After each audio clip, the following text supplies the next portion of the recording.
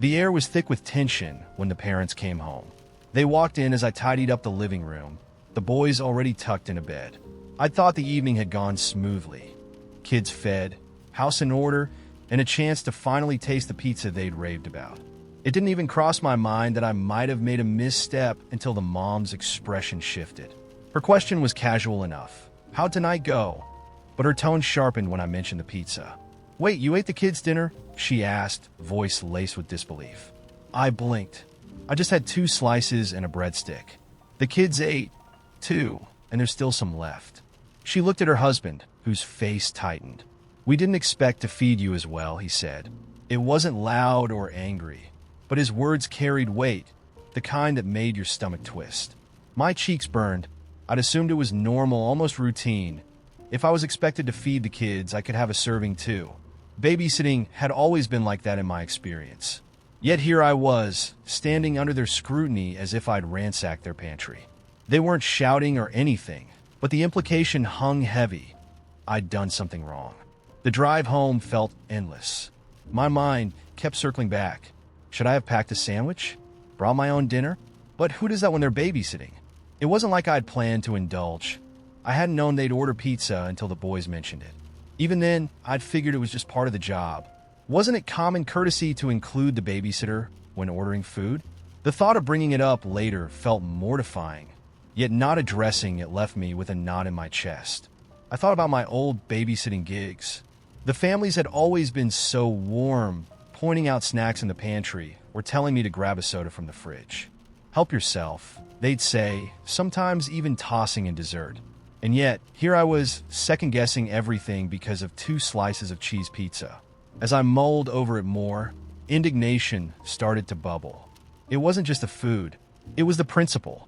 How could they expect someone to watch their kids for hours, making sure they're fed, entertained, and safe, without offering basic hospitality? A part of me wanted to call them out, but another part felt like I'd just be adding fuel to the fire.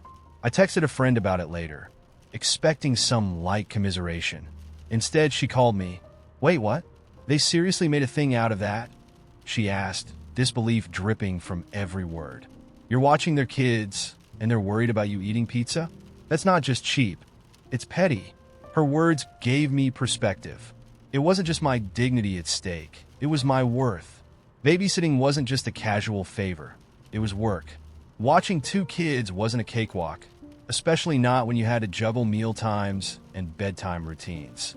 That family was out of line, plain and simple. The next time they texted to ask if I was available, I paused before replying. My gut reaction was to decline outright, but I decided to give them the benefit of the doubt, barely. I'm happy to babysit again.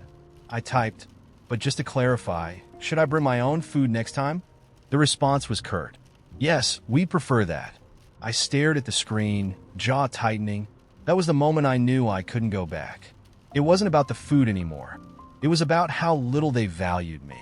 There were families out there who treated their sitters with respect, and I deserved that. I wrote back, polite but firm. Thanks for letting me know, but I don't think this will work out. Best of luck finding someone else. Hitting send felt liberating. I wasn't just standing up for myself.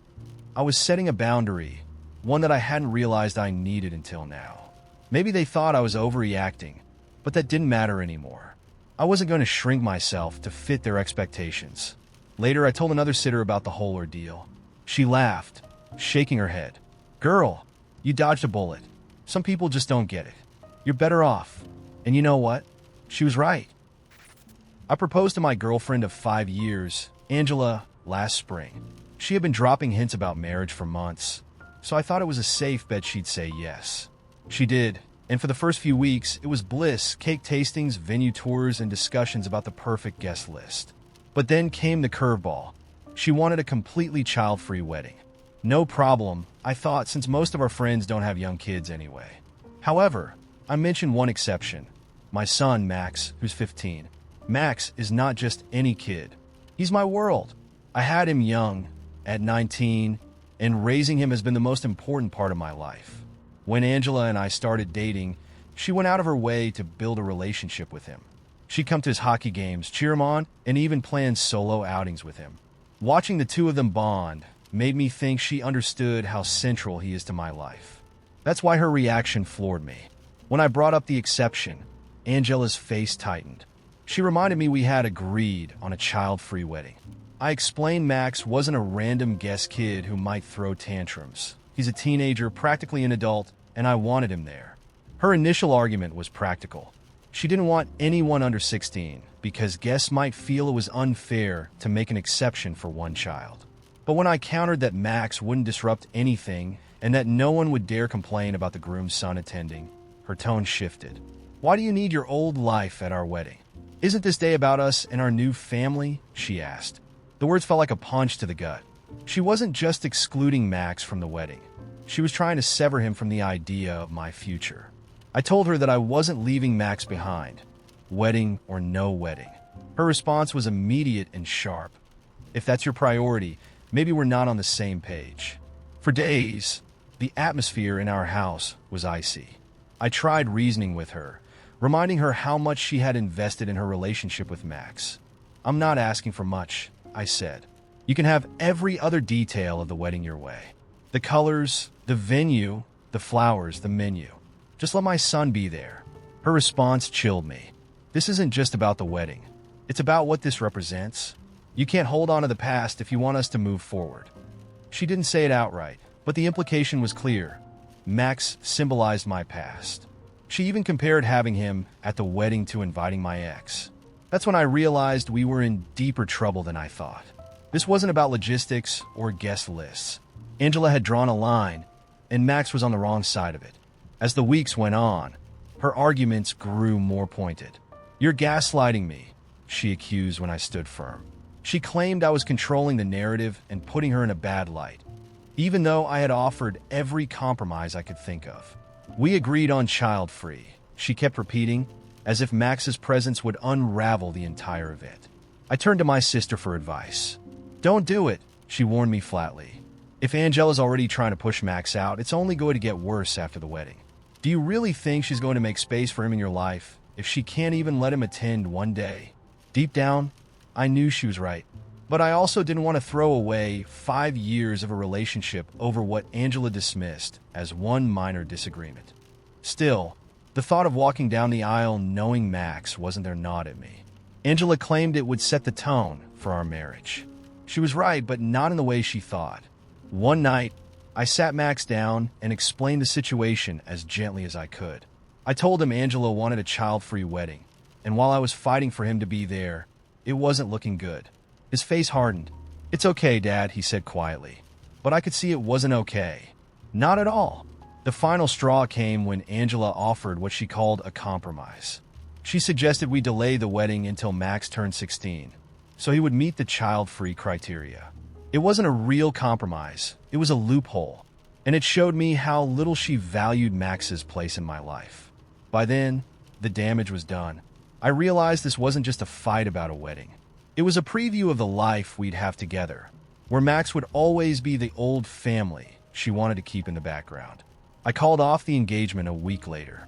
Angela was furious, accusing me of blindsiding her and throwing away our future. But it wasn't just my future at stake. It was Max's too. I chose him, as I always will. The wedding deposits were a sunk cost, but it felt like a small price to pay for clarity. Looking back, I'm grateful Angela revealed her true feelings before it was too late. Max and I spent what would have been my wedding weekend at one of his hockey tournaments, eating greasy concession stand food and cheering on his team. It wasn't the future I'd envisioned, but it felt like the right one.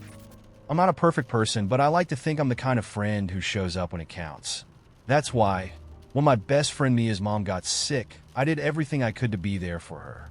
I've known Mia since we were 12, and she's basically family at this point. Her mom, Linda, has always been one of those energetic, unstoppable types.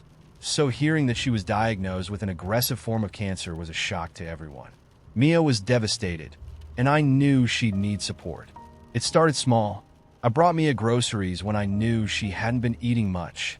I dropped by with coffee or her favorite pastries just to remind her she wasn't alone. As Linda's condition worsened, Mia started spending all her time either at the hospital or taking care of things for her mom at home. I could see the exhaustion in her eyes every time we talked. She'd tell me how overwhelmed she felt, and I'd reassure her she didn't have to do it all alone. At one point, I even took a few days off work to help her organize her mom's bills and clean the house while she was at the hospital. It felt good to take something off her plate, even if it was just a little. One day, Mia mentioned she'd been meaning to set up a rotation of friends to help her mom, but she never got around to it. Linda needed more help, rides to appointments, someone to keep her company when Mia couldn't be there, things like that. Mia sounded so worn out that I offered to handle it for her. "You don't have to worry about this," I told her. "I'll coordinate it all. Just focus on your mom." She seemed so relieved, and I felt like I was finally doing something that really mattered. I spent hours making calls, writing up schedules, and texting Mia's and Linda's friends. It wasn't easy. People have their own lives, and not everyone can drop what they're doing to help. But I managed to put together a solid plan, with Linda's closest friends agreeing to take shifts. I even stepped in to cover some of the slots myself when there were gaps. I sent Mia the schedule, expecting a thank you, or at least a sense of relief, but when she called me later that night, her voice was tight and cold. "I didn't ask you to go behind my back and involve all these people," she said. I was stunned. "Mia, you said you wanted a schedule. I thought this would help." She sighed, that heavy, frustrated sigh that always makes you feel like you've done something wrong even when you don't know what. "I wanted to do it myself. You took over like you know what's best for my mom and me. It feels controlling." Controlling? That word stung. I tried to explain that I'd only been trying to help, but she cut me off. "You don't get it. People are already pitying me enough as it is. Now they're all going to think I can't even handle taking care of my own mom." I sat there holding the phone, my stomach in knots. I'd poured so much time and energy into helping her, and now she was angry with me? I didn't understand how trying to make her life easier had turned into something to apologize for. "Mia, I wasn't trying to take anything away from you," I said. "I just wanted to lighten the load. That's all." "Well, you didn't," she snapped. "You made it worse." I wanted to argue, to tell her she was being unfair, but she was already hanging up. For a moment, I just sat there in disbelief. Then I cried, not because I was angry, though maybe I was a little, but because I felt like I'd failed her. All I'd wanted to do was make her feel less alone, and somehow I'd made things harder.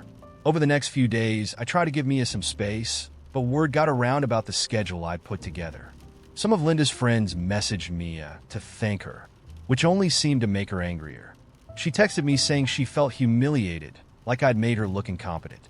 I tried to explain again, but she wasn't interested in hearing my side. "You just don't understand what it's like to be in my position," she said. Maybe she was right. I don't know what it's like to watch a parent waste away in front of you, and I pray I never have to. But wasn't that why I was trying so hard to help in the first place? The final straw came at a small get-together Linda's friends had planned for her. I dropped off some baked goods and was just about to leave when one of the friends, a woman I didn't know very well, cornered me. "You're the one who made that schedule, right?" she asked. I nodded, feeling a mix of pride and trepidation. "Well, I don't think you had any business stepping in like that. Mia's been through enough without people overstepping." The words hit me like a slap. I managed a polite excuse and left before I started crying again. That night, I sat on my couch replaying everything over and over in my head. I couldn't figure out where I'd gone wrong. I thought I'd been doing what Mia needed. I thought I'd been a good friend. Instead, I was the bad guy, someone who didn't know how to stay in her lane. I haven't heard much from Mia since then, except for a short, clipped message thanking me for the baked goods. Part of me wants to call her and apologize, even though I'm not sure what I'd be apologizing for. Another part of me wonders if she'll ever forgive me, or if I've lost one of the most important relationships in my life because I cared too much. So, here I am, second-guessing every decision I made, wondering if I really was selfish, controlling, or out of line. I wanted to help her carry the weight, not make it heavier. But now I'm left feeling like I've done nothing but mess everything up. I sat in the kitchen, staring at the strands of my daughter's hair in the Ziploc bag. I'd picked them off her desk when she came home crying, her ponytail jagged, uneven, and humiliated in a way number 11-year-old should be. My husband, Mark, sat across from me, fingers twitching against his coffee cup. He's always been the level-headed one, the calm to my storm, but even he looked ready to explode. "I told you," he started, "we should have pulled her out weeks ago." "And send what message? That bullies win." I snapped, then immediately regretted it. Mark wasn't my enemy. Neither was she. Our brilliant, sensitive, adopted daughter who'd inherited her biological mother's fiery spirit, now dulled by tears and sleepless nights. I couldn't let them win. Not the kids who'd tormented her. Not the indifferent school administration. Not their parents, who clearly didn't care. The haircutting incident was the last straw. We'd endured weeks of name-calling, cruel whispers about her being unwanted, comments designed to cut deeper than scissors ever could. It was as if they had a manual on how to dismantle a child's sense of self-worth. The school's response? Platitudes. A vague, we're looking into it, or kids can be cruel, but we're addressing it. Addressing it? My child was unraveling before my eyes. Mark broke the silence.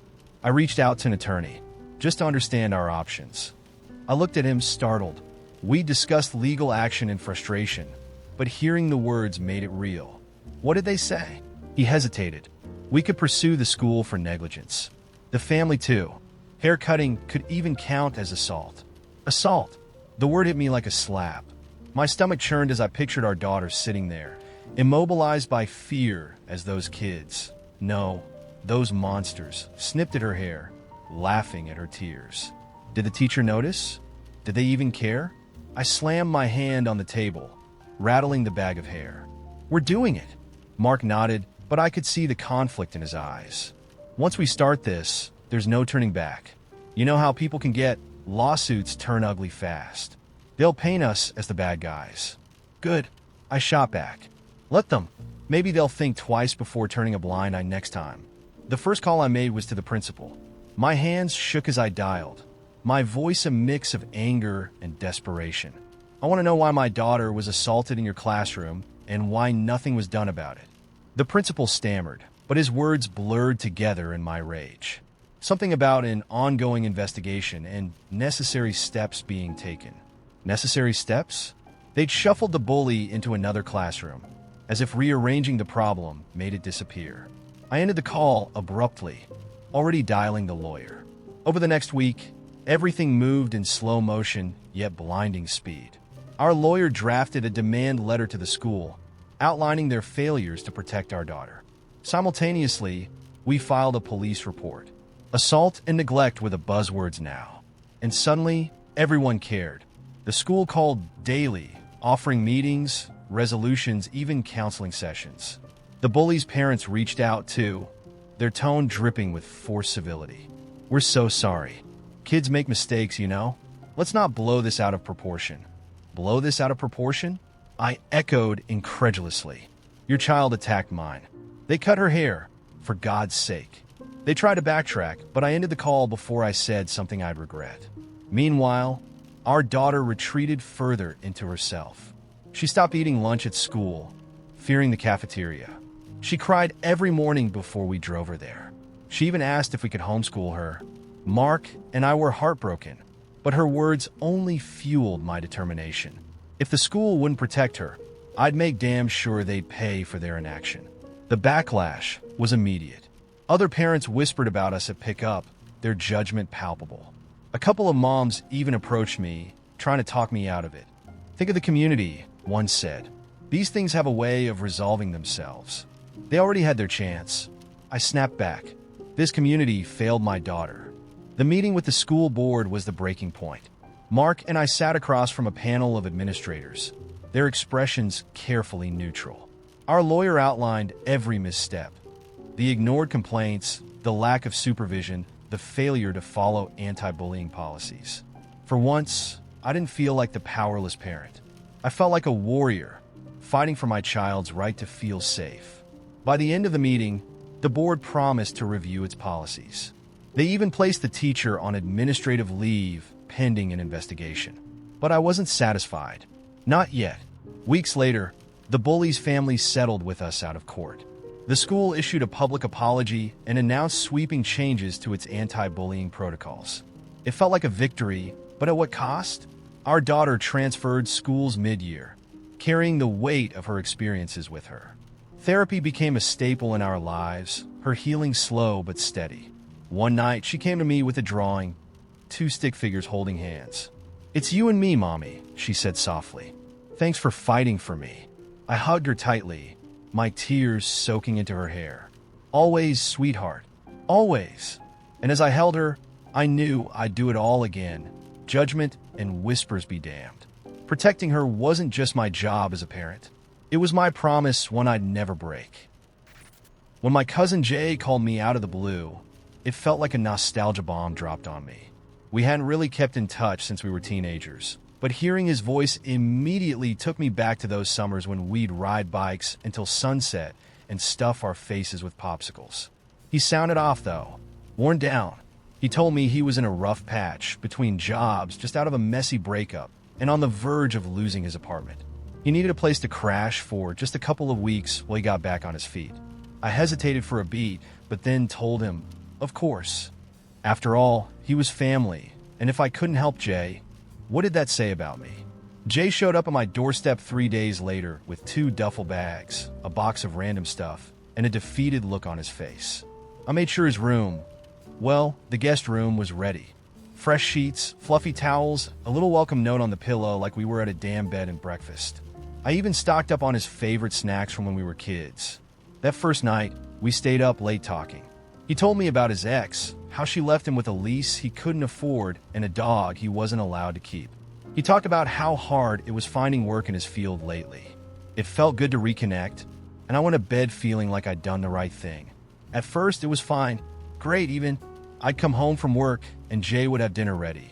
Nothing fancy, ramen, grilled cheese, but it was thoughtful, and it made me feel like he wasn't just freeloading. We'd watch TV together, laugh about old times, and he'd tell me about the jobs he was applying for. I helped him tweak his resume, even wrote a couple of cover letters for him. He said he appreciated it, and I believed him, but by week 3, things started to shift. Subtle at first. I'd come home to find dishes piled in the sink, the trash overflowing. He'd sleep in until noon, and then spend the rest of the day playing video games in his boxers. I reminded myself that he was going through a tough time, but when I found his dirty socks on the coffee table one night, I couldn't hold back. "Hey, can we try to keep the place a little cleaner?" I said, trying to sound casual. He looked up from his controller and mumbled, "Yeah, sure." Nothing changed. Then there was the food. I'd come home to find my fridge practically empty. Jay would devour entire cartons of eggs and gallons of milk like he was training for some Olympic eating competition. When I asked him if he could pitch in for groceries, he got defensive. "I told you, I'm broke right now. You said you were helping me." It wasn't what he said, but how he said it, like I'd broken some unspoken rule by even asking. I didn't push it, but I started hiding snacks in my room like a raccoon. The job hunting? Yeah, that fizzled out pretty quickly too. He'd occasionally pull up job boards on his laptop while watching YouTube videos, but the application stopped. One night I tried bringing it up. "Hey, how's the job search going? Anything promising?" He shrugged, eyes glued to his phone. "Still looking," he said. It was like talking to a wall. What really got me, though, was the way he started treating my apartment like it was his. He'd invite his friends over without asking, and they'd stay late, drinking and blasting music while I tried to sleep. Once, I came home to find one of his buddies passed out on my couch, a half-eaten pizza on the floor. When I asked Jay to keep it down or give me a heads up next time, he rolled his eyes like I was the one being unreasonable. The breaking point came when I asked him to help clean the bathroom after his friend left a mess in there. I don't know what happened, but it looked like a war zone. When I brought it up, Jay exploded. "You know what? You're acting like I'm some burden. You offered to help me, and now you're keeping tabs like I'm a damn charity case. I'm your family, and you can't even cut me some slack." I was stunned. I had been bending over backward to make this work, and somehow, I was the bad guy. I tried to keep my cool. "Jay, I'm happy to help, but this isn't working. I need you to start respecting the space and seriously look for a job, or we'll need to figure something else out." He scoffed, grabbed his jacket, and stormed out, muttering, "Unbelievable." He came back hours later and went straight to the guest room without saying a word. The tension was unbearable. The next morning, he told me he'd be leaving that weekend. No apology, no thanks, just a passive-aggressive, "Don't worry, I'll get out of your hair." True to his word, he left, but not before taking one of my spare phone chargers and my last bag of frozen pizza rolls. Now the apartment feels weirdly quiet, and I can't shake this gnawing feeling that maybe I could have handled things differently. I wanted to help, but it feels like I somehow failed both of us. 6 weeks before my wedding, the invites turned into little time bombs. For 2 years, I had dreamed, planned, and obsessed over this Halloween wedding. Securing the venue was a battle. It had a wait list longer than the line for a theme park roller coaster. Everything was set. The eerie yet romantic decor, the moody lighting, and most importantly, the sheer joy of marrying my partner in a way that felt uniquely ours. But apparently, my vision didn't sit well with everyone, particularly my mom and grandma. According to them, I wasn't planning a wedding. I was hosting a satanic ritual. At first, I thought it was a joke. I mean, sure, Halloween has spooky vibes, but satanic? That's a leap. My mom and grandma insisted I scrap everything and plan a normal wedding. They weren't suggesting tweaks. They wanted a full overhaul. Their reasoning? They claimed it was about preserving the family's reputation. I stood firm and said no. This wasn't their wedding. It was mine. What floored me was how quickly their disapproval spiraled. Overnight, it felt like half my mom's side of the family turned into a Greek chorus of complaints. "We're not coming," they declared like petulant toddlers in a power struggle. Fine, I thought. Don't come. But then I decided to take it a step further. Instead of passively watching them sabotage my plans, I uninvited them. Yes, all 25 of them. I sent out a second round of invitations, this time with QR codes, and informed the venue to only admit people with updated invites. It felt like handing out golden tickets to Willy Wonka's factory, except I was ensuring no Veruca salt snuck in. Predictably, the backlash was immediate. My aunt, one of the newly uninvited, called me up to lecture me about family unity. "People are allowed to disagree with you," she said. "That doesn't mean you can just revoke their invitations." But her argument fell flat. I pointed out that they'd had 2 years to voice concerns. Waiting until 6 weeks before the wedding to announce their boycott wasn't a disagreement. It was sabotage. They played stupid games. I told her. They won stupid prizes. My family's group chat was on fire. "This isn't how you treat family," someone texted. "You're being unreasonable." Others chimed in with Bible verses, because apparently, when all else fails, guilt via scripture is the way to go. Meanwhile, my sister, the one who had dramatically stepped down as a bridesmaid, acted shocked when I replaced her. "You didn't even try to work this out," she whined. "Work what out?" She bailed. I adjusted. Simple math. For a moment, I questioned myself. Was I overreacting? Was I letting the stress of wedding planning turn me into a bridezilla? But then I remembered my mom's words. "We can't support a wedding like this." Support? They weren't just withholding support. They were actively trying to dismantle my happiness. And if happiness means having only the people who genuinely care about you in the room, then I was making the right call. The strangest part was the contrast between the drama and the love I felt from my chosen circle. Friends, co-workers, and my fiancé's family were ecstatic about the theme. My fiancé and I had been inspired by The Nightmare Before Christmas and Corpse Bride. It wasn't just about skeletons and cobwebs. It was about celebrating life, love, and the whimsical weirdness we share. My best friend even joked, "This wedding better have a fog machine, or I'm not showing up." And yes, there would be a fog machine. When the day finally arrived, everything was perfect. The venue was a Gothic masterpiece, with dark florals and twinkling lights casting an enchanting glow. My dress was a black and white homage to Emily from Corpse Bride, complete with a veil that sparkled like frost under moonlight. My fiancé wore a tailored black suit with subtle Halloween-themed accents, a pumpkin lapel pin, and socks featuring little dancing skeletons. As I walked down the aisle, the eerie yet beautiful strains of Sally's song from The Nightmare Before Christmas filled the air. I felt like I was stepping into a dream I had built from the ground up. The absence of those 25 family members didn't feel like a loss. If anything, it felt like freedom. The people who showed up were the ones who wanted to be there, who celebrated us for who we are. There was no tension, no side-eye glances, no whispered disapproval. Just laughter, love, and yes, plenty of ridiculous dancing. At one point, my new father-in-law, wearing a cape and fake vampire fangs, attempted to lead a conga line to Monster Mash. By the end of the night, my cheeks hurt from smiling. My partner and I shared a private moment outside, watching the flickering glow of jack-o'-lanterns lining the path to the venue. I wouldn't change a thing, I said, and I meant it. For once, I had stood my ground and created something unapologetically true to us.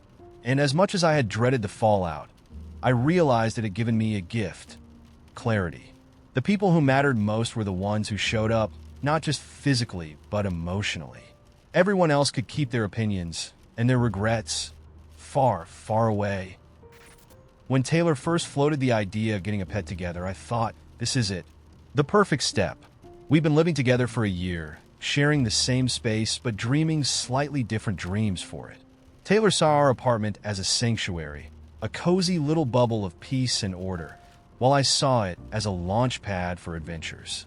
Still, we were in sync most of the time, until, the pet decision. I was thinking maybe a dog. I tossed it out casually one morning while pouring cereal. My mind had already raced ahead to hikes with a loyal companion bounding ahead, leaping through rivers, chasing sticks, and barking joyously. A dog would be amazing, energetic, adventurous, and, good company for runs. Taylor paused mid-coffee sip and set the mug down. A dog? They tilted their head like I'd suggested we get a pet grizzly bear. I was actually thinking a cat. A cat. I frowned, trying to picture it. A fluffy ball curled up in the corner, purring softly, its life mission to nap and occasionally knock a pen off the counter. What would we do with a cat? What would we do with a cat? Taylor echoed, laughing a little like I'd just failed a basic life skills test. We'd live with it. It would cuddle, purr, and add so much calm to the house. It'd be like a little stress sponge. I didn't want to crush Taylor's vision of peace, but I couldn't quite see myself tossing a cat in the back seat for a camping trip or teaching it to catch a frisbee. A dog, I said, is man's best friend for a reason. And a cat, Taylor countered, is low maintenance, sweet, and clean. No constant walks, no maripoprins. Plus, it could literally live indoors full time. Exactly. What's the fun in that? We both laughed then, though it had a slightly nervous edge. For a week, we kind of danced around the conversation, each of us subtly campaigning. Taylor sent me TikToks of cats stealing dog beds or melting like puddles under sunbeams. I retaliated with videos of golden retrievers helping their owners unload groceries or herding ducks with incredible precision. Neither of us budged. One night, over dinner, we finally decided to have a real discussion. Taylor's eyes softened as they set down their fork. Look, I know you're really into the idea of a dog, but hear me out. When I was a kid, we had a cat, Mittens. She was the calmest, sweetest thing, and she always knew when I was upset. She'd come sit with me, purring like crazy, and it was like she could absorb all my bad feelings. When I think about a cat in our home, I think about how much calmer everything would feel. I could really use that. It hit me that Taylor wasn't just being practical. This was about comfort, about feeling emotionally safe. I wanted to jump in, but I could see they weren't done. I know a dog would make you happy, Taylor added, a little more softly now. But babe, I'm honestly not sure I'd be able to handle the energy. The walks, the mess, it might be too much for me. I nodded, letting the words settle. I get that. Really, I do. But for me, a dog isn't just about the energy. It's about connection. Growing up, I always wanted one, but my mom said no. Too much work, too much noise. So I'd go over to my friend Adam's house, and his dog, Bella, was the closest thing I ever had to a best friend. She'd run up to me, tail wagging like she'd been waiting all day just for me. I always promised myself that when I was an adult, I'd have that. That bond. Taylor's expression softened. I didn't know that. Well, now you do, I said, smiling despite the lump forming in my throat. We sat there for a while, the air thick with unspoken compromise. We both wanted to make each other happy, but neither of us could quite shake the picture in our heads. It wasn't just about a dog or a cat. It was about what they symbolized for each of us. Taylor saw a cat as an anchor for their well-being. I saw a dog as the childhood dream I never got to live. Over the next few days, we tried brainstorming compromises. What about a small dog? Too much energy. What about two pets, one cat and one dog? Too expensive. What about a rabbit? Too random. Every suggestion seemed like a band-aid, not a real solution. We started leaving little post-it notes on the fridge, making our cases like we were in a trial. Pros of a cat: independent, clean, low maintenance, per therapy. Taylor. Pros of a dog: loyal, adventurous, gets us outside, impossible to dislike. Me. The notes became funny, even sweet, but they didn't bring us closer to a decision. One Sunday afternoon, we found ourselves at the local animal shelter, thinking maybe fate would decide for us. If there was a perfect dog or a perfect cat, we'd just know. But of course, fate had other plans. There was a small kitten with the softest gray fur and eyes like molten gold. Taylor fell in love instantly. And there was a young mutt, wagging her tail so hard it seemed like she might take flight. My heart did the thing hearts do when they find something perfect. We stood there in the hallway, staring at our respective soulmates, and I think that's when it really hit us. There wasn't going to be an easy answer. As we left the shelter empty-handed, Taylor reached for my hand. "We'll figure this out." "I know," I said, squeezing their hand. "I just don't know how." We're still debating, still weighing options, still hoping one of us will come up with the compromise that feels right. But every time I think I might cave and say, "Fine, let's get a cat," I picture myself on a trail, leash in hand, a dog trotting happily beside me. And every time Taylor leans toward agreeing to a dog, they sigh and say, "I just can't imagine life without a purring little fuzzball in my lap." So here we are, stuck in pet limbo, trying to balance love for each other with love for the pet we haven't met yet. We don't want to disappoint each other, but we also don't want to give up on what we really want. I was never one to take life too seriously. Maybe that's a character flaw. Maybe it's just my way of coping with the absurdity of everything. Either way, that's me. Life throws its curveballs, and I lob a sarcastic remark right back. So when my girlfriend, Emma, told me she was hosting a dinner to celebrate her promotion, I figured it was the perfect time to spice things up with a little humor. It wasn't just a promotion, after all, it was the promotion.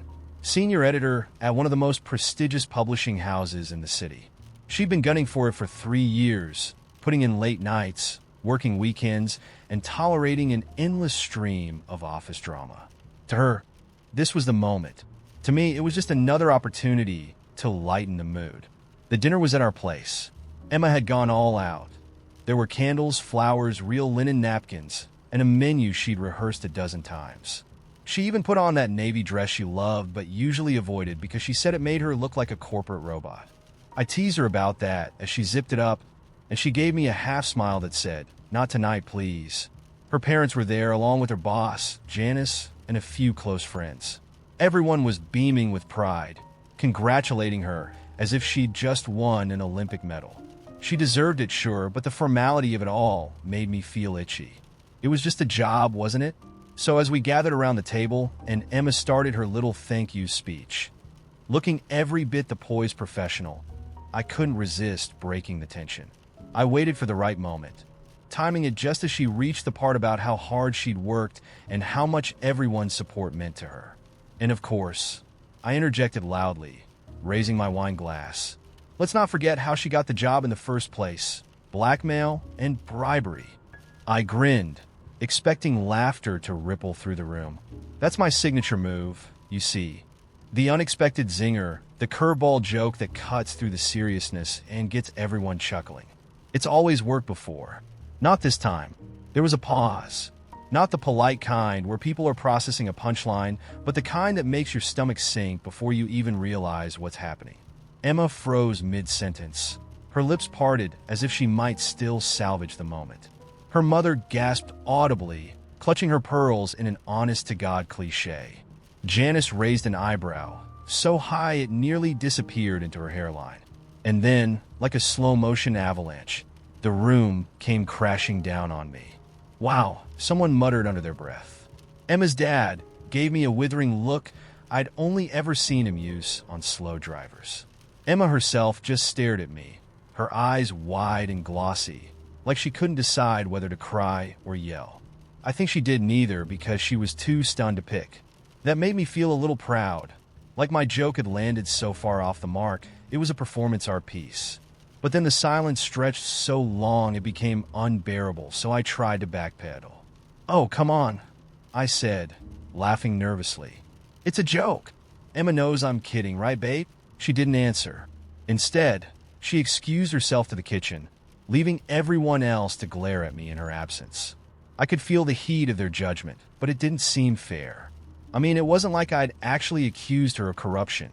It was a joke, plain and simple. Who doesn't love a bit of exaggerated humor? Apparently everyone at that table. Janice was the first to break the silence. "You know," she said, her voice icy, "some achievements deserve to be celebrated without sarcasm." The others murmured in agreement, which felt like a betrayal since I'd assumed at least a couple of them shared my sense of humor. I shrugged, trying to play it cool, but inside I was starting to panic. What was I supposed to do? Apologize for making people uncomfortable? That wasn't my fault. If anything, they needed to lighten up.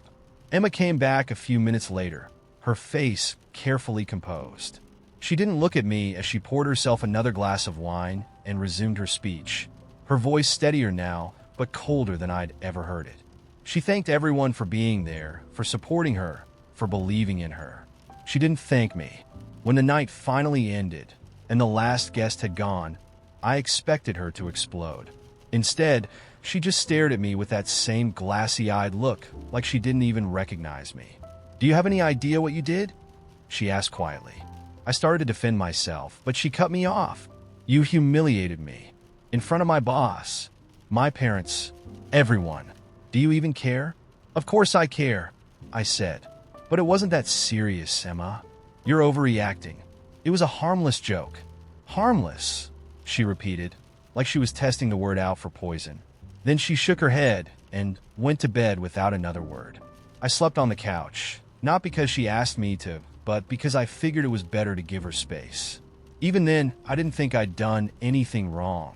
She'd calm down eventually, and we'd laugh about it later, right? The next morning, she was still icy. She barely spoke to me as she got ready for work, and when she left, she didn't kiss me goodbye like she usually did. I texted her a few jokes throughout the day, hoping to break the ice, but she didn't reply. That evening, when she came home, she sat me down and told me that while she loved me, she couldn't trust me to take her seriously when it mattered. That I turned what should have been one of the best nights of her life into a memory she'd rather forget. I tried to explain that it was just my way of keeping things light, of making sure she didn't get too caught up in the seriousness of it all. But the more I talked, the more distant she seemed. Eventually, she just shook her head and said, "You don't get it, do you?" "Maybe I don't. Humor is how I connect with people. It's how I show I care. I never meant to hurt her or anyone else. I thought I was adding to the moment, not taking away from it. So now I'm left wondering, was it really that bad? Or is everyone else just too sensitive?" When Ethan first told me about his promotion and the inevitable move to Boston, my brain immediately went into hyperdrive. Boston meant a new city, new routines, new everything. It wasn't just about him starting his dream job. It was about us uprooting the comfortable little life we'd built over 5 years. I'm a planner. Always have been. I was the kid with the color-coded binders in high school, the one who booked tickets and dinner reservations 6 months in advance. So naturally, I pulled out my laptop that night, already brainstorming lists and timelines. Ethan, on the other hand, was sprawled out on the couch, flipping through TV channels like we weren't staring down the barrel of a total life overhaul.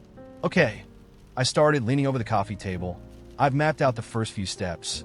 We can start packing on weekends. I've bookmarked some apartments we can check out online, and I've contacted a moving company for quotes. If we..." Whoa. Ethan cut in, sitting up and looking at me with that amused expression he always had when he thought I was overthinking. "Can we take a breath? We've got 2 months. Let's just ease into it." I blinked at him. Easing into it wasn't in my vocabulary. If we wait too long, everything will pile up, and then we'll be scrambling. "Wouldn't you rather have it all sorted now, so we can relax later?" "Relaxing now sounds better," he said, shrugging. "Besides, stuff like this always works out. We'll figure it out as we go." That's Ethan for you. The human embodiment of "it'll be fine." And, to his credit, things do usually turn out fine for him. Magically, as if the universe bends to his laid-back charm. But I couldn't shake the uneasy feeling that his casual approach would leave us drowning in last-minute chaos.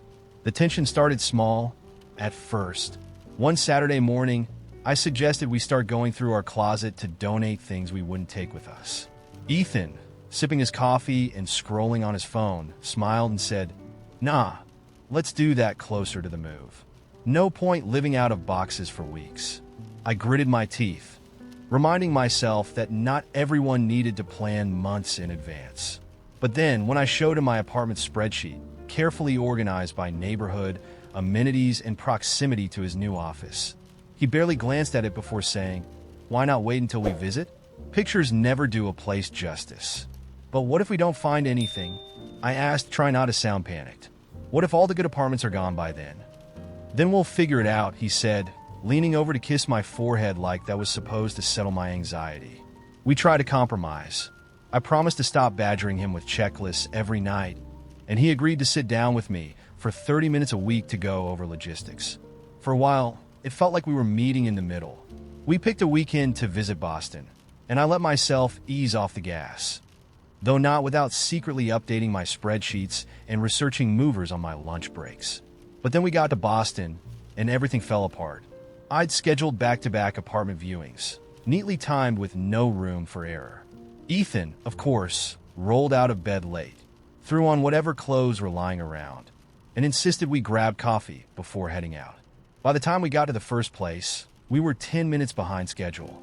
The landlord, a snippy woman with glasses perched on the edge of her nose, made a point of saying, "You're lucky I waited," as she let us in.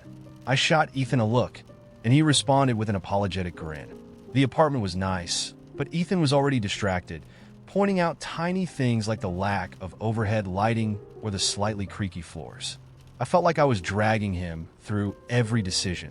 By the third viewing, he looked like he wanted to crawl out of his skin. "Can we take a break?" he asked, slumping onto a park bench afterward. "This is so overwhelming." "We don't have time to take a break," I snapped, immediately regretting my tone. "We only have this weekend. We need to make a decision." Ethan sighed, rubbing his temples. "Why does everything have to be so rushed? This is supposed to be exciting. You're turning it into a full-blown operation." "Because it is an operation," I said, throwing my hands up. "You think everything will magically fall into place, but it won't unless we make it happen. And you think we can control every tiny detail, but we can't," he shot back. His voice wasn't loud, but it carried the weight of frustration. Sometimes you just have to let things happen. We didn't talk much that evening. Back at the hotel, Ethan went to bed early while I sat in the dim light of the room, my laptop open but untouched. For the first time, I questioned whether I was making things harder for both of us. Maybe I was smothering him with my need for control. But wasn't I just trying to make things easier? To keep us from drowning in stress later? The move came faster than either of us expected. We settled on an apartment. A compromise, of course. Ethan loved the natural light. I loved the proximity to the subway. Packing was a mess, as I'd feared, but Ethan did his best to make it fun. He played music, made terrible jokes about our mismatched Tupperware lids, and kept stopping to read old birthday cards aloud. I tried to let go, to let him take the lead sometimes, even if it meant letting him pack dishes in a box with shoes. Still, I couldn't help stepping in now and then, reorganizing what he'd done when he wasn't looking. On our last night before the move, we sat on the floor of our nearly empty apartment, eating takeout and drinking beer. Ethan clinked his bottle against mine and said, "We made it." "Barely. Barely," I agreed with a small laugh. "I guess we survived each other." He grinned. "Hey, maybe your spreadsheets weren't entirely useless.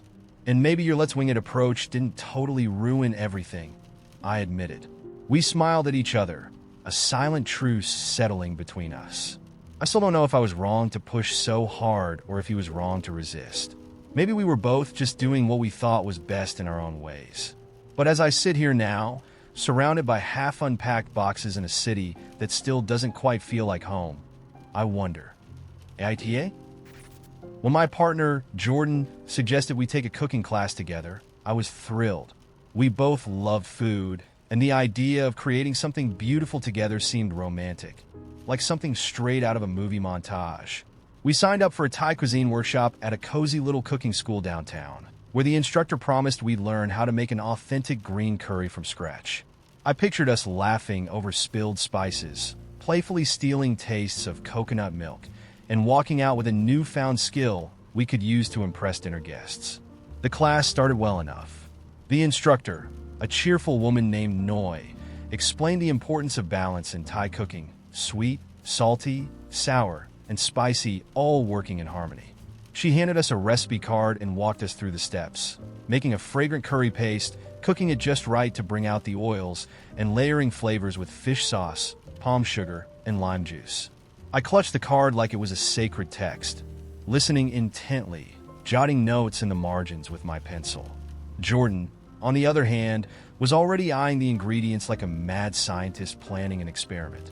We divided tasks. Jordan would chop the vegetables while I worked on the paste. As I painstakingly pounded lemongrass and galangal in the mortar, Jordan called out, "Hey, do you think adding mushrooms would be good? I think mushrooms would be great in this." I froze mid-pound. The recipe didn't mention mushrooms. I scanned the card to double-check. "No, definitely no mushrooms. Let's stick to the recipe for now," I suggested, trying to keep my voice light. "We're here to learn how to make it authentically, right?" Jordan shrugged, but didn't look convinced. A few minutes later, as I was measuring fish sauce drop by careful drop, I saw Jordan out of the corner of my eye tossing extra chili peppers into the pot. "What are you doing?" I asked, my voice a little sharper this time. "It needs more heat," Jordan said confidently. "Trust me, it's going to be amazing." Amazing? Maybe. But authentic? Not anymore. I felt a small knot of frustration tighten in my chest. This wasn't how you learned. You followed the rules first, mastered the basics, and then experimented once you knew what you were doing. Noi was making her rounds, praising other couples for their patience and attention to detail, and I couldn't help but feel like Jordan and I were about to be the problem children of the group. I tried to refocus, pouring the coconut milk into our pot and stirring gently. But then Jordan reached over, took a taste, and added a spoonful of sugar without even asking me. "You're not supposed to add that yet," I hissed. "It says to balance the flavors after it simmers for 10 minutes. Jordan waved me off like I was being overly dramatic. "Relax, it'll be fine. This is cooking, not brain surgery."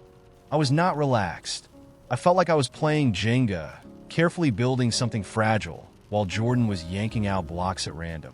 Meanwhile, Jordan was clearly annoyed by my nitpicking.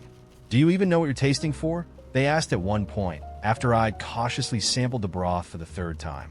I glared at them. "Yes," I snapped. "I'm tasting for balance." Like Noi said. Jordan rolled their eyes and muttered something about me being a control freak, which didn't help. The final straw came when it was time to plate the curry. Noi encouraged us to garnish with fresh herbs, a squeeze of lime, and maybe a little chili if we wanted extra heat.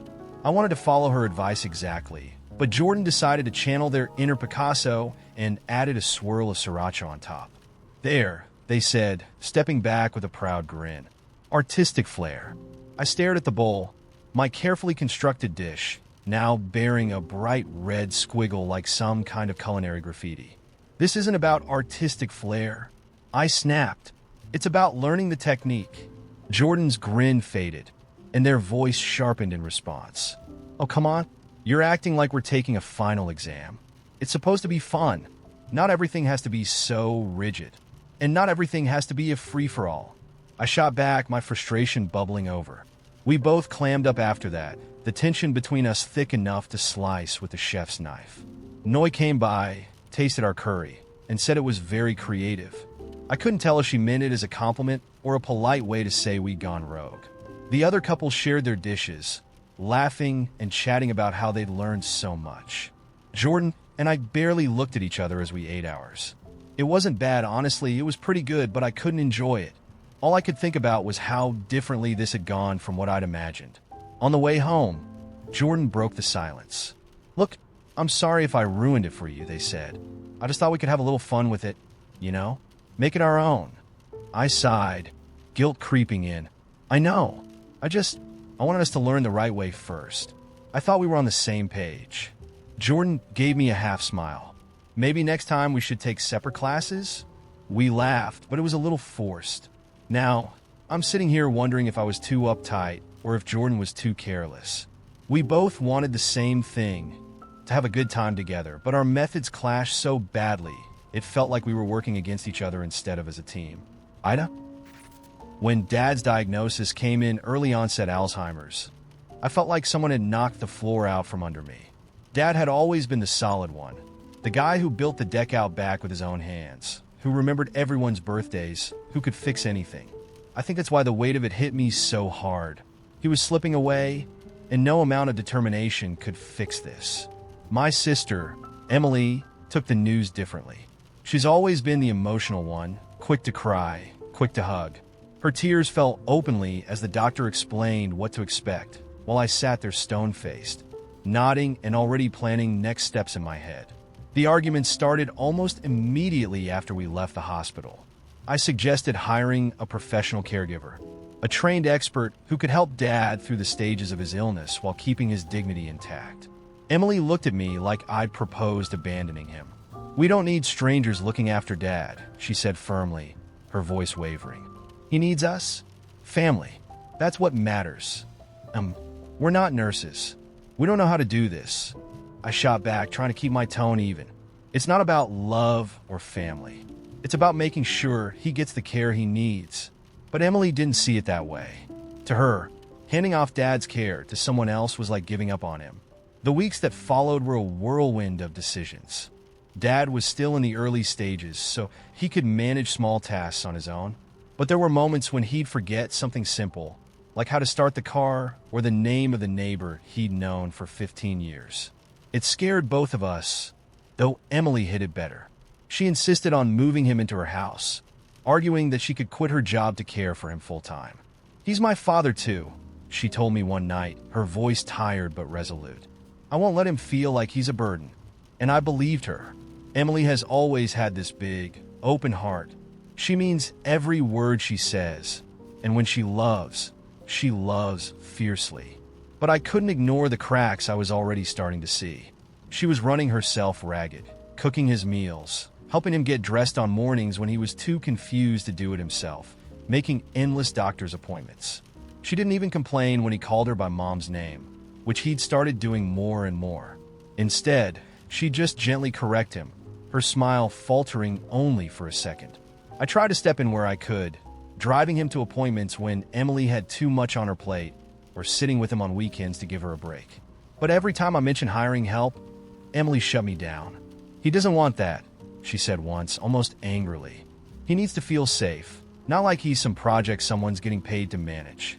The truth is, she wasn't wrong. Dad seemed calmer with Emily, more anchored. But that didn't change the fact that Emily was barely holding it together. I saw it in the way she'd zone out during our conversations, how she forgot basic things like feeding the cat or paying a bill. She refused to talk about how much money she'd lost since quitting her job, brushing it off with a "we'll make it work" whenever I brought it up. I felt like I was watching her unravel, and no amount of logical arguments could convince her to let go of even a fraction of the load. Then there was the guilt, the gnawing, constant guilt that crept into every interaction. I felt guilty for pushing her to consider a caregiver, like I was trying to take the easy way out. But I also felt guilty for not fighting harder, for watching her sacrifice her own life for Dad's care and knowing that I wasn't willing to do the same. Emily, for her part, made it clear she didn't resent me, but I could see the unspoken accusation in her eyes whenever I left her house at the end of the day. She never said it outright, but I knew she thought I didn't love him enough. One night, we hit a breaking point. Dad had wandered out of the house while Emily was in the shower, and she found him 2 blocks away, standing in the middle of the street and looking utterly lost. When she called to tell me, her voice was shaking, and I could hear the tears she was trying to hold back. "This is too much, Em," I said, trying not to let my own panic show. "What if something worse happens next time? We need help. Real help. Please." She didn't respond right away, and when she finally did, her words cut deep. "Do you think I don't know how hard this is? Do you think I'm not scared every single day? But he's our dad, and he deserves better than being pawned off on some stranger who doesn't care about him." I didn't know what to say to that. Maybe she was right. Maybe I was being selfish, clinging to the idea of professional care because it felt safer, cleaner. But it also felt like Emily was pouring every ounce of herself into a fight she couldn't win, and I didn't know how to stand by and let it happen. The next time I visited, I brought brochures for a caregiving service I'd researched.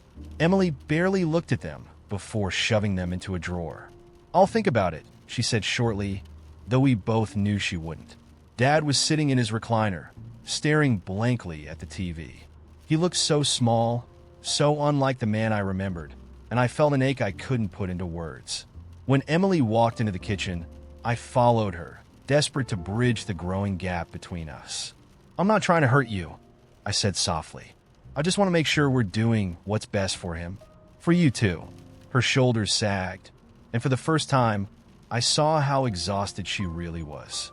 "I know," she whispered, her voice breaking, "but I don't know how to let go. I don't know how to be okay with someone else taking care of him." Neither of us had an answer that night. We just stood there in the kitchen, the weight of everything hanging between us. I could see her love for Dad in every sacrifice she made, just as I could see her breaking under the strain. And I knew she saw my love too, even if it looked different from hers. We both wanted the same thing, to give Dad the best care possible. But the paths we believed in couldn't have been more different. So here I am, torn between my sister's fierce devotion and my own belief that we need to think long-term, asking myself the question that's haunted me since the beginning. AITA? When Jacob brought up the idea of upgrading our couch, I thought he was joking. "The couch is fine," I said, glancing at it. Sure, the cushions were a little saggy, and there was that weird squeak in the left armrest when you leaned on it too hard, but it was still functional. We've had it since we moved in together 3 years ago, and I liked that it had survived so much. Movie nights, sick days, awkward parties where people we barely knew spilled wine and laughed too loudly. That couch held memories. Jacob didn't see it the same way. "It's ugly," he declared one evening as we sat on it. He was scrolling through a Pinterest board labeled mid-century aesthetic goals, showing me images of sleek, modern furniture. "It doesn't even match the vibe of the room anymore. We've grown, and so should our space." I raised an eyebrow. "We can't afford to vibe right now," I said. "We're already saving for the car. Remember the car?" Our ancient Honda Civic was on its last legs, groaning every time we started it in the morning. If something went wrong, it would take more than a Pinterest board to fix. Jacob huffed, setting his phone down. "We've been saving for the car for months. It's depressing. Every paycheck we stash more away, and there's never anything to enjoy right now. What's the point of working so hard if our lives feel like waiting rooms?" That got under my skin, but I didn't say anything right away. It wasn't that I didn't want to enjoy life. I just had this internal meter constantly ticking toward what if? What if the car broke down tomorrow? What if there was an emergency? What if we ended up needing that money for something that mattered more than a couch? But then I looked at Jacob, his face tight with frustration. For him, the couch mattered. It wasn't just a piece of furniture. It was a sign of progress, of us moving forward in our lives instead of being stuck in good enough. "Okay," I said eventually. "Let's set a budget. A small one. If we can find something under, say, $500, then maybe we can work with that." His eyebrows shot up. "Have you seen the price of furniture? $500 won't get us anything remotely decent. We're adults, not college students grabbing things off Craigslist." "That's why it's called compromise," I said firmly. The next week was exhausting. Jacob had this energy about him, this stubborn determination to show me why upgrading the couch wasn't just an indulgence, but an investment in our happiness. Every evening, he'd pull up websites with glossy photos and rattle off terms like kiln-dried hardwood frame and high-resilience foam. Meanwhile, I stuck to my spreadsheets, cross-referencing our savings goals and expenses, trying to show him how tight things already were. We were like two lawyers, each trying to win a case, except neither of us could be the judge. One Saturday, we drove to a furniture store downtown to just look. I think we both hoped the other person would have an epiphany. Jacob walked through the aisles like a kid in a candy store, running his hand over tufted cushions and exclaiming, "Can you imagine how this would transform the living room?" I, on the other hand, kept checking price tags, wincing at numbers that felt absurd. One couch he fell in love with was $1,800. I almost choked. We could literally fix the car with that money, I said. And then what? He shot back. Sit on this lumpy old thing for another 3 years? We're building a life together, and part of that is creating a space we love. It's not just a couch. It's the place we spend most of our time. His words hit me in a way I didn't expect. He wasn't being shallow. Jacob wasn't saying this to be frivolous or trendy. For him, this was about making our home feel like a reflection of who we were, or who he hoped we could become. But I still couldn't shake the knot in my stomach, that deep-seated fear that if we spent the money, we'd regret it when something important came up. Later that night, after we got home, we sat on the couch in question, silent. I could tell Jacob was disappointed. I hated how this disagreement seemed to stretch between us like a taut rope, threatening to snap. I know the couch sucks, I said finally. I get it. I need to feel secure. The car is practical. It's about avoiding problems down the line. I can't help but feel like if we do this, it's irresponsible. Jacob leaned back, crossing his arms. I know you think I'm being selfish, he said, but I'm trying to think about us, too. We can't keep putting everything off for later. What if later never comes? We sat there for what felt like forever. I thought about the countless decisions couples make, all the ways priorities can pull them in different directions, and how it wasn't really about the couch or the car, but about how we saw the world. Me, through the lens of planning for stability, and Jacob, through the need to make the present meaningful. In the end, we made a deal. We found a couch that wasn't as extravagant as Jacob's dream, but still felt like an upgrade. It cost $950, which was more than I wanted to spend, but far less than his Pinterest inspiration. To offset the expense, we agreed to keep saving for the car, though we loosened the timeline a bit. Jacob promised to handle some side gigs to replenish the fun money fund. I didn't love it, but I saw how much it mattered to him. And when it was delivered, the look on his face almost made me forget the price tag. Almost. Now, every time I sit on it, I wonder if I was wrong. Should I have held firm? Or was this the right call to keep the peace and let Jacob have something he truly cared about? The moment my brother Leo walked into my house, I knew he was going to ask for something big. He had that look, like a salesman sizing up a prospect. But it wasn't until we were halfway through dinner that he finally worked up the nerve. Ellie's school play is next week, he said, pushing his green beans around his plate. I need you to watch her, just for a few nights. I set down my fork, heart sinking. Next week? Leo, that's impossible. It's not impossible. You're her godmother, he said, the words cutting sharper than he probably intended. This is what family does. My goddaughter Ellie is the sweetest 8-year-old you'll ever meet.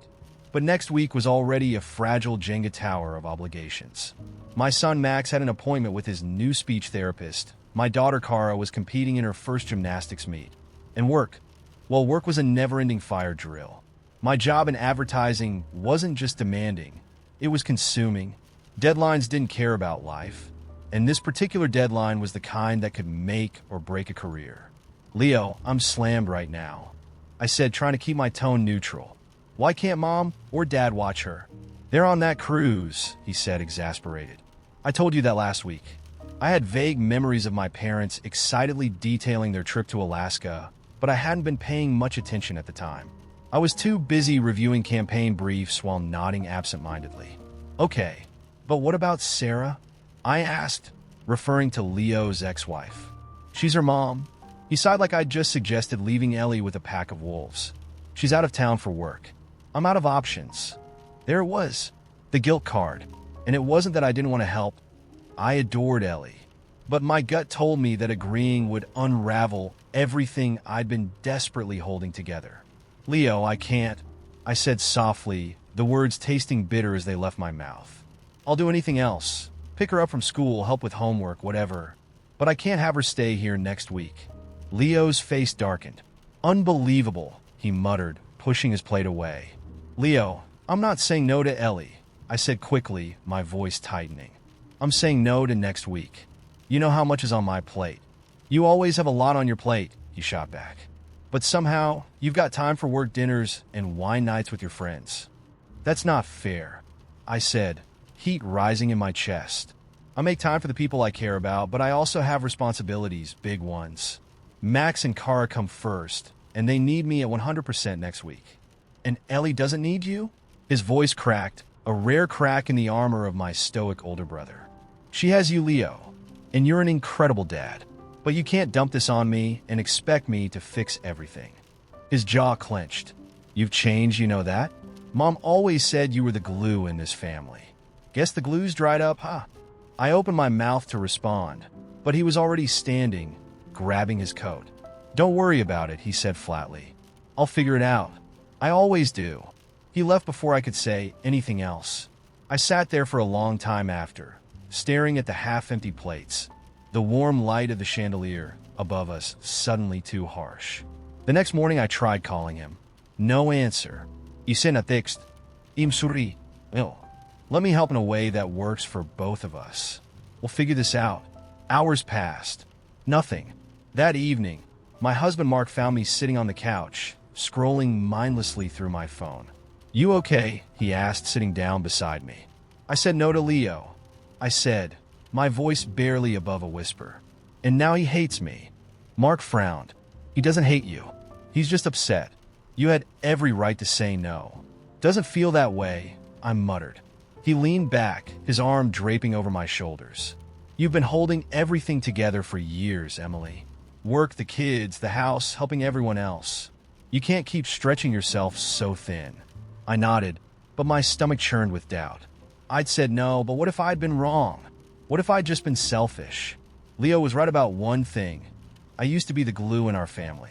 I'd always been the one people leaned on, the one who smoothed over fights and picked up the slack.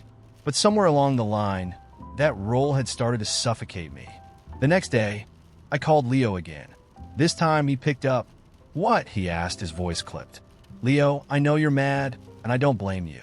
I know it feels like I'm not there for you, but I need you to understand that I'm doing my best. I love Ellie, and I love you. I can't do it all. There was a long silence on the other end. When he finally spoke, his voice was quieter, but still sharp. I get it. You're busy. I just thought family mattered more. Family does matter, I said, tears stinging my eyes. But I have to matter too. I can't be everything to everyone all the time. It's not fair to me or to my kids. He didn't respond. I thought I heard him sigh, but I couldn't be sure. Then, before I could say anything else, he said, I got to go, and hung up. I haven't heard from him since. I keep replaying the conversation in my head, wondering if I could have handled it differently. Maybe I should have said yes and figured it out later. Or maybe standing my ground was the right thing to do, even if it meant losing a piece of my relationship with him. I love my brother. I love my niece. But I also love my family and my sanity. And for once, I chose to protect those instead. Still, I can't help but wonder. AITA? You ever have that feeling like you're the only sane person in the room? Like you're the last one standing in a burning building, trying to convince everyone else to notice the smoke? That's how I felt watching my sister Jess fall headfirst into this situation. Relationship would be too generous a word for what she had with Matt. The guy wasn't a boyfriend. He was more like a lifestyle choice, a bad one, like deciding to get bangs at 2 a.m. after crying over an ex. Matt was charming in the way stray cats are, scrappy, kind of cute, but always skulking around looking for scraps. He had this aspiring entrepreneur thing going on, which in reality meant a series of doomed side hustles. I mean, how many 35-year-olds think dropshipping knockoff yoga mats is going to make them a millionaire? But Jess ate it up. She called him a dreamer. I called him a leech. He'd been crashing at her place for months, borrowing her car, maxing out her patience, and probably her credit cards too. Every time I visited her apartment, it was like walking into a shrine to chaos. Unpaid bills stacked on the counter. The faint smell of burnt coffee and desperation. And always, Matt splayed out on the couch, scrolling on his phone like he'd solved capitalism and was now bored by it. The guy didn't even have the decency to pretend to have ambition anymore. Jess, of course, defended him with the kind of blind loyalty you only see in dogs and people on MLM Facebook groups. He's just going through a rough patch, she'd say. Rough patch. The man was a patchwork quilt of bad decisions. Every time I pointed this out, she'd brush me off with a laugh or a sigh, like I was the one being dramatic. So yeah, somebody had to intervene. If Jess couldn't see that her life was slowly morphing into a cautionary tale, then I'd just have to rip off the blindfold. Call me controlling, call me meddlesome, whatever. I wasn't going to sit back and watch her set herself on fire to keep Matt warm. The perfect opportunity came when my parents planned their annual family barbecue. Jess promised to bring Matt along, which I saw as my golden ticket. If I could get the whole family on my side, maybe we could stage a united front. Jess might ignore me, but surely she couldn't dismiss everyone. I spent the week before the barbecue doing reconnaissance. I scrolled through Matt's social media, looking for anything that screamed deadbeat. It didn't take long. His Instagram was a parade of shirtless selfies, deep motivational quotes ripped straight from Pinterest, and one suspiciously old picture of him posing next to a rented sports car. Armed with screenshots, I felt like a detective closing in on a suspect. On the day of the barbecue, I arrived early to help out, though really I just wanted to prep my parents. While we chopped vegetables, I casually brought up Matt. My mom frowned but said nothing. My dad grunted. Not exactly the chorus of agreement I'd hoped for, but I pressed on. He's using her, I said. It's obvious. She's working overtime to keep them afloat. And he's what? Vibing? My dad snorted. My mom sighed. Honey, it's Jess's life, she said, her tone already exhausted. Exactly, I shot back. And she's wasting it on a loser. I thought I'd planted the seed, but when Jess showed up with Matt in tow, it was clear they weren't on my side. My mom welcomed him like he was some long-lost son, while my dad slapped him on the back and handed him a beer. Meanwhile, I stood in the corner, fuming and clutching my mental dossier of Matt's red flags. When we all sat down to eat, I couldn't hold it in anymore. It started innocently enough. I asked Matt what he was working on these days. He gave me some vague spiel about a new business venture. I pressed harder, asking for details, specifics. He fumbled. Jess glared. My parents looked uncomfortable. And then, like a dam breaking, it all came pouring out. Do you even have a job? I demanded. Or are you just planning to mooch off Jess forever? The table went silent. Jess dropped her fork with a clatter, her face a mix of shock and fury. What is wrong with you? She snapped. What's wrong with me? I shot back. What's wrong with you? You're letting this guy ruin your life. Ruin my life? Jess's voice cracked. Matt's the only one who's been there for me while I've been busting my ass trying to keep things together. Where were you, huh? Too busy judging me to actually help. That's not fair. I started, but she cut me off. You don't know anything about us. You don't even try. You just assume you're better because your life looks perfect on the outside. But newsflash, Matt's not the problem here. You are. I looked around for backup, but my parents were staring at their plates, clearly wishing they could disappear. Even Matt, for all his faults, looked more embarrassed than anything. Jess pushed back her chair and grabbed her bag. Come on, Matt, she said. We're leaving. And just like that, they were gone. The party limped on, but the mood never recovered. My mom gave me a half-hearted lecture about picking my battles. My dad just shook his head. And me? I was too stunned to argue. For the first time, I wondered if maybe I'd miscalculated. It's been 3 months since the barbecue, and Jess hasn't spoken to me since.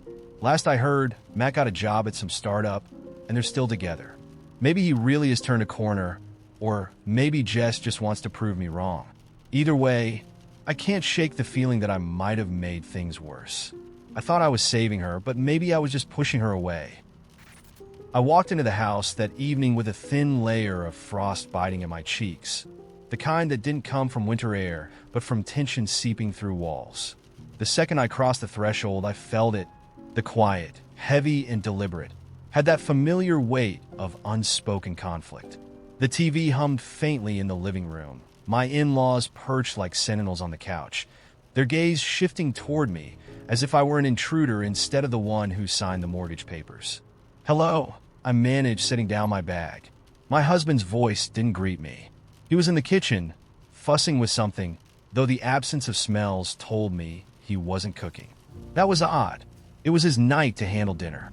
The long day clung to me like a bad perfume, so I excused myself and headed upstairs for a shower. Warm water cascaded over my skin, washing away spreadsheets, conference calls, and petty workplace dramas, leaving behind just enough energy to face the evening. When I returned to the kitchen 15 minutes later, freshly dressed and ready for food, I was greeted by an empty counter and my mother-in-law's thinly veiled smirk. "Where's dinner?" I asked, my tone a mix of confusion and exasperation. My husband turned briefly, avoiding my eyes as he wiped down an already clean counter. The air smelled of nothing but dish soap. "Your husband didn't cook tonight," my mother-in-law said, her words deliberately slow, as if explaining to a child. "I told him you should be the one cooking. It's a wife's duty to provide meals for her family." The audacity of her words clanged against the last nerve I had left. I turned to my husband, expecting him to intervene, to defend the rhythm of our home and the agreement we'd maintained for years. But he stood there, looking at his feet, his silence as loud as a shout. The room buzzed with her judgment, each word designed to diminish me, to corral me into a version of womanhood I had long since rejected. "So you just didn't cook?" I asked, my voice flat, trying to mask the growing crack of betrayal splitting through me. His mother chimed in before he could answer. "A proper woman doesn't ask her husband to cook. She knows her place." There it was, that ancient script they were both expecting me to read from, the same one I had burned years ago. My jaw clenched, and I felt the pull of exhaustion, not just from work or the day, but from this eternal battle against expectations I had never agreed to. I didn't respond. Instead, I pulled out my phone and ordered takeout. My hands moved automatically, each tap on the screen fueled by a quiet rebellion. When the food arrived, I plated it up for myself and the kids without ceremony. My husband and his parents lingered awkwardly, clearly waiting for an invitation that wasn't coming. Eventually, they helped themselves, though the tension at the table made every bite feel heavy.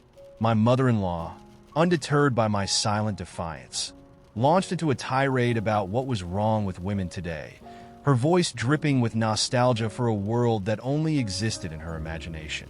"Back in my day, women didn't complain. They knew the value of taking care of their families. They weren't so self-centered," she said, her gaze fixed on me like a prosecutor delivering a closing argument.